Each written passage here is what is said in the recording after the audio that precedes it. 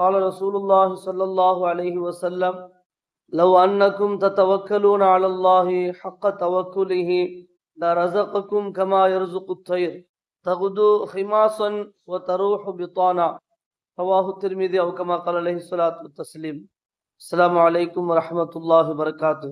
புண்ணியத்துக்குரிய அல்லாஹ்வின் நல்லடியார்களே, இமாம் ஷஹீகுல் பல்கி ரஹ்மத்துல்லாஹி அலைஹி அவர்களுடைய காலத்தில் நடந்த ஒரு நிகழ்வு இந்த ஹதீஸிற்கு விளக்கமாக கிதாபில் எழுதப்பட்டிருக்கிறது. இமாம் ஷஹீகுல் பல்கி ரஹ்மத்துல்லாஹி அலைஹி அவர்களிடத்துல ஒருவர் இமாம் அவர்களே, எனக்காக துஆ செய்யுங்கள், நான் வியாபாரத்திற்காக செல்கிறேன் என்பதாக வேண்டிக் கொண்டார். இமாம் அவர்கள் மிகச்சிறந்த ஒரு மார்க்க மேதையாக இருக்கிறாங்க.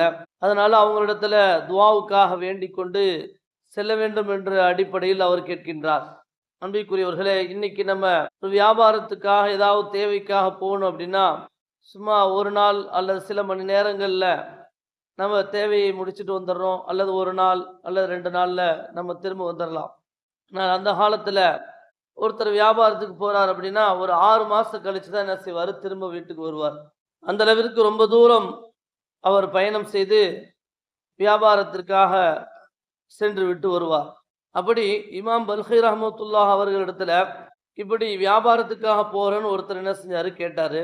அப்ப அவங்க அல்லாஹ் பரக்கத் செய்வான், நல்ல முறையில் போயிட்டு வாங்க என்பதாக துவா செய்து அனுப்பிச்சு வைக்கிறாங்க. அப்புறம் 2 நாள் கழிச்சு பார்க்கும்போது பள்ளிவாசல்ல அந்த மனுஷர் உட்கார்ந்து இருக்கிறார்.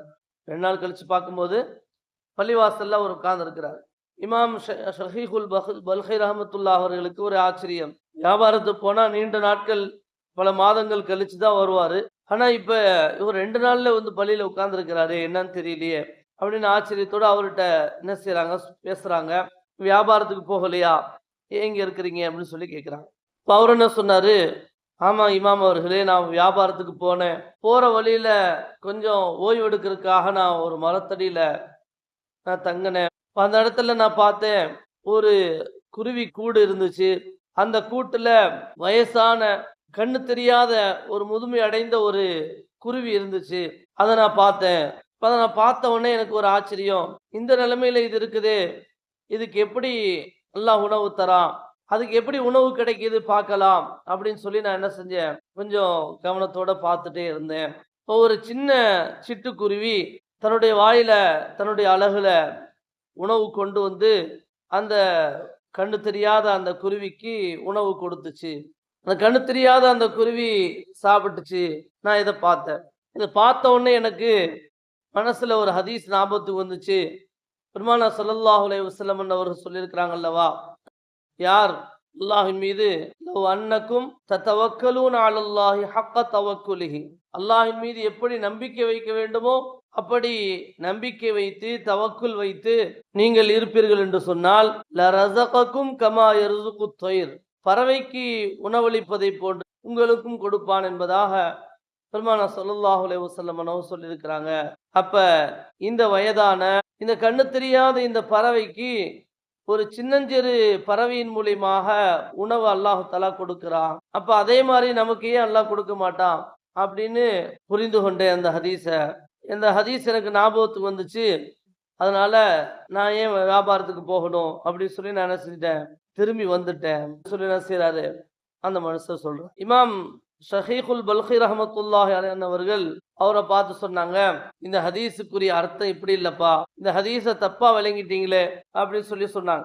அன்புக்குரியவர்களே, இன்னைக்கு உண்மையிலேயே நிறைய பேர் இப்படித்தான், அல்லாஹ் தருவோம் அப்படின்னு சொல்லி என்ன செய்யறாங்க, எந்த விதமான உழைப்பும் செய்யாம எந்த விதமான வியாபாரத்துக்கு போகாம அப்படியே இருக்கக்கூடியவங்க இருக்கிறாங்க.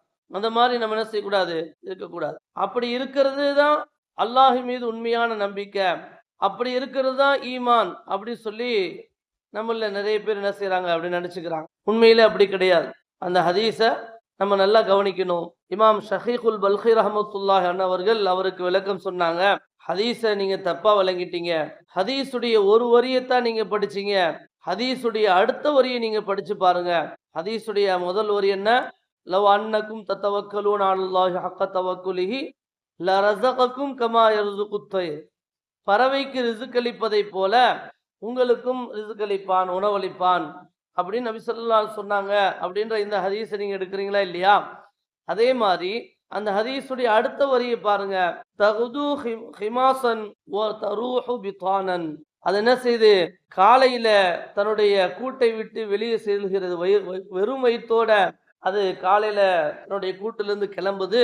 ஓ தரூஹு பிதானன், வயிறு நிரம்பிய நிலைமையில தன்னுடைய கூட்டுக்கு அது மாலை நேரத்துல திரும்புகிறது என்பதாகவும் பெருமானார் ஸல்லல்லாஹு அலைஹி சொல்லியிருக்கிறாங்க. அந்த பறவை கூட்டுக்குள்ளாரே இருக்காம பறவைகள் என்ன செய்து தன்னுடைய கூட்டை விட்டு வெளியே கிளம்பி போகுது. இரையை தேடி போறதுனால அல்லாஹு தாலா அதற்குரிய இரைகளை அல்லாஹ் கொடுக்கிறான். அதுக்கு அல்லாஹ் கொடுக்கிற அந்த இரைகளை சாப்பிட்டு மாலை நேரத்துல வயிறு நிரம்பிய நிலைமையில் அது திரும்பி வருகிறது. அது போன்று என்ன செய்யணும், இருக்கணும் என்பதுதான் நபி அவர்களுடைய கருத்தை தவிர, நம்ம அந்த பறவை கூட்டை விட்டு வெளியே போற மாதிரி நம்மளும் என்ன செய்யணும், வெளியில போய் சம்பாதிக்கணும். வெளியில போய் சம்பாதிப்பதை கொண்டுதான் நமக்கு அல்லாஹு தாலா நம்மின் புறத்தில் உள்ள முயற்சியை அல்லாஹு தாலா எதிர்பார்க்கிறான். நம்முடைய அந்த முயற்சிக்கு பிறகு அல்லாஹு தாலா என்ன ரிசுக்கு நமக்கு கொடுக்கிறானோ அந்த ரிசுக்கு தான் நமக்கான ரிசுக்காக இருக்குது என்பதாக இமாம் ஷஹீகுல் பல்கி ரஹ்மத்துல்லாஹன் அவர்கள் சொன்னாங்க. நீ அந்த கூட்டுல உணவை எதிர்பார்த்து கொண்டு உட்கார்ந்து இருக்குதா இல்லையா, அந்த மாதிரி அந்த குருட்டு அந்த வயது முதிர்ந்த அந்த பறவையை போன்று இல்லாமல் இன்னொரு பறவைக்கும் கூட்டிலிருந்து வெளியே போய் கிளம்பி இரையை தேடி தானும் சாப்பிட்டு இன்னொரு பறவைக்கும் உணவளிக்கிற, ரிசுக்களிக்கிற, இரணமளிக்கிற ஒரு பறவையாக நீ என்ன செய்யணும், இருக்கணும் என்பதுதான் நபி அவர்களுடைய எதிர்பார்ப்பாக இருக்கு. பெருமானார் ஸல்லல்லாஹு அலைஹி வஸல்லம் அவர்கள் காலத்துல நடந்த நிகழ்வு. நபி ஸல்லல்லாஹு அலைஹி வஸல்லம் அவர்கள் பள்ளிவாசலுக்கு வராங்க. பள்ளிவாசல்ல ஒருத்தர் எந்த நேரமும் பள்ளிவாசல்ல இருக்கிறார். தொழுகு நேரம் தவிர மிச்ச நேரத்திலே இருக்கிறார். நஃபில் தொழுதுட்டே இருக்கிறார், திக்ரு செஞ்சுட்டே இருக்கிறார். நபி ஸல்லல்லாஹு அலைஹி வஸல்லம் அவர்கள் முதல் நாள் பார்க்குறாங்க, 2ஆம் நாள் பார்க்குறாங்க, 3ஆம் நாள் பார்க்குறாங்க. தொடர்ந்து 3 நாளா அவர் பள்ளியில இப்படியே இருக்கிறத பார்க்குறாங்க. பெருமானார் ஸல்லல்லாஹு அலைஹி வஸல்லம் சஹாபாக்களை பார்த்து கேட்டாங்க, இவருடைய நிலைமை என்ன அப்படின்னு கேட்குறாங்க. சஹாபாக்கள் சொல்லிட்டாங்க, யார சொல்லா இவர் வீட்டுக்கு போறதே இல்லை, சாப்பிட்டமா இது தொழுதமா அல்லாஹ் அல்லான்னு பள்ளியிலே கிடக்கிறாரு அப்படின்னு சொல்றாங்க. இப்ப அவருக்கு குடும்பம் இல்லையா, எந்த சம்பாத்தியத்துக்குன்னு அவருடைய குடும்பத்தினர்கள் வாழ்றாங்க, இவருடைய சம்பாத்தியம் இல்லாம குடும்பத்தில் எப்படி வாழ்றாங்க என்பதாக நபி ஸல்லல்லாஹு அலைஹி வஸல்லம் கேள்வி கேட்கிறாங்க. அப்ப அந்த சஹாபாக்கள் சொல்றாங்க, யார சொல்லலாம், இவருக்கு ஒரு சகோதரர் இருக்கிறாங்க, அவரு கடத்தெருவுக்கு போய் சம்பாதிக்கிறாரு, அவர் சம்பாதிச்சு தனக்காகவும் அவர் சம்பாதிக்கிறார், அவரோடு சேர்ந்து இவருக்காகவும் சேர்த்து அவர் என்ன செய்யறாரு, சம்பாதிக்கிறாரு அப்படின்னு சொல்றாங்க. அப்ப பெருமானார் ஸல்லல்லாஹு அலைஹி வஸல்லம் அவர்கள் என்ன சொன்னாங்க தெரியுங்களா, இவரை விட அவர்தான் சிறந்தவர். பள்ளிவாசல்ல இபாதத்துகளை செய்து கொண்டே இருந்து தன்னுடைய குடும்பத்திற்காக சம்பாதிக்காமல் பள்ளிவாசலே இருந்து அமல் செய்து கொண்டே இருக்கக்கூடிய இவரை விட கடமையான தொழுகைகளை தொழுதுவிட்டு கடை தெருவுக்கு சென்று சம்பாதித்து தனக்கும் தன்னுடைய குடும்பத்திற்கும் சம்பாதிப்பதோடு தன்னுடைய சகோதரருக்கும் சம்பாதித்து கொடுக்கிற இவர்தான் சிறந்தவர் என்பதாக பெருமானார் ஸல்லல்லாஹு அலைஹி வஸல்லம் சொன்னாங்க. நம்ம என்ன செய்யணும், நமக்காக நம்முடைய குடும்பத்திற்காக நம்ம என்ன செய்ய வேண்டும், தேவையான அளவிற்கான சம்பாத்தியத்திலே உழைப்பிலே நாம் பங்கெடுக்க வேண்டும், நம்முடைய பங்களிப்பை செலுத்த வேண்டும்.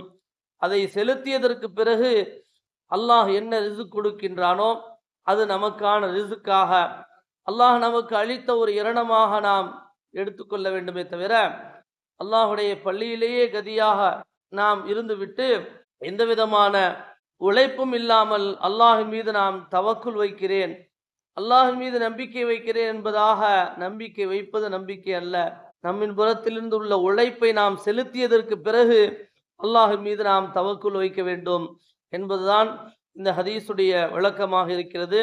அதைத்தான் இமாம் ஷஹீகுல் பல்கி ரஹ்மத்துல்லாஹி அலைஹி அவர்களுடைய நிகழ்விலிருந்து நாம் தெரிந்து கொள்ள முடிகிறது. பெருமானார் ஸல்லல்லாஹு அலைஹி வஸல்லம் அவர்களுடைய காலத்தில் வியாபாரத்திற்காக போகும்போது கூட பெருமானார் ஸல்லல்லாஹு அலைஹி வஸல்லம் அவர்களிடத்துல ஒரு மனுஷர் வந்தாரு. யா ரசூலுல்லாஹ், நான் இந்த மாதிரி பஹ்ரைனுக்கு போறேன், வியாபாரத்துக்காக போறேன்னு வந்து சொன்னார்.